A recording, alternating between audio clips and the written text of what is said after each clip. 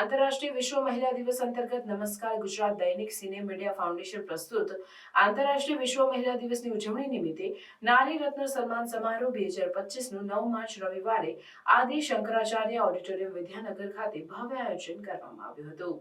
આ સમારંભના આયોજક હતા પ્રમુખ સિને મીડિયા ફાઉન્ડેશન સંસ્થાના અગ્રણી ડોક્ટર કલ્પેશ પટેલ, અતિથિ વિશેષ doctor Niranjan Patel, Shailesh Shah, Bharat Barot, Raj Brahmbhatt, Smith films and એન્ટરટેનમેન્ટના ફાઉન્ડર અને ભારતીબેન પટેલ, હંસાબેન ધ્રુવ, મીતા પટેલ ઉપસ્થિત રહ્યા હતા।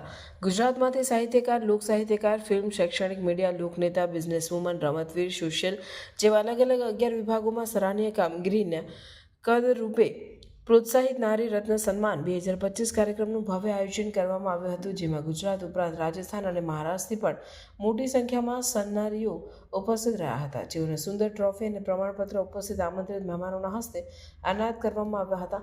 આ કાર્યક્રમને સફળ બનાવવા સિને મીડિયા ફાઉન્ડેશનના trustee Nimisha Jani, Bijal Patel, Ramesh Thakor, Nitish Panchal, Harshida Panchal, Raju Gohil, Sunil Rajput, Raj Smith films and એન્ટરટેનમેન્ટના ફાઉન્ડર અને સાહિત્યકાર ભરત બારોટ, મીડિયા પાર્ટનરો અને doctor Kalpesh Patel, cine media ફાઉન્ડેશનના પરિવારજનોએ ખૂબ મોટો ફાળો આપ્યો હતો।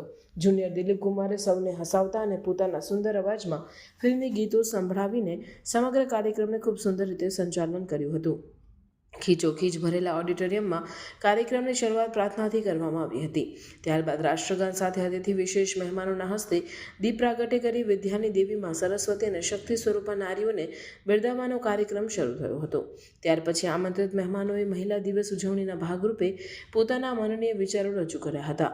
સાંપ્રત સમયમાં આત્મનિર્ભર નારી અને સ્ત્રી સશક્તિકરણને બિરદાવતા સાથે મહિલાઓને તેમની ફરજો પર પણ યાદ કરાવી હતી। ગ્લોબલ ડિઝાઇન એકેડમી નડિયાદના બીજલ મિસ્ત્રીએ તમામ સન્માનિત બહેનોને ગિફ્ટ આપી હતી। અંતમાં સૌએ આ કાર્યક્રમના આયોજક ડોક્ટર કલ્પેશભાઈને સન્માનિત કર્યા હતા।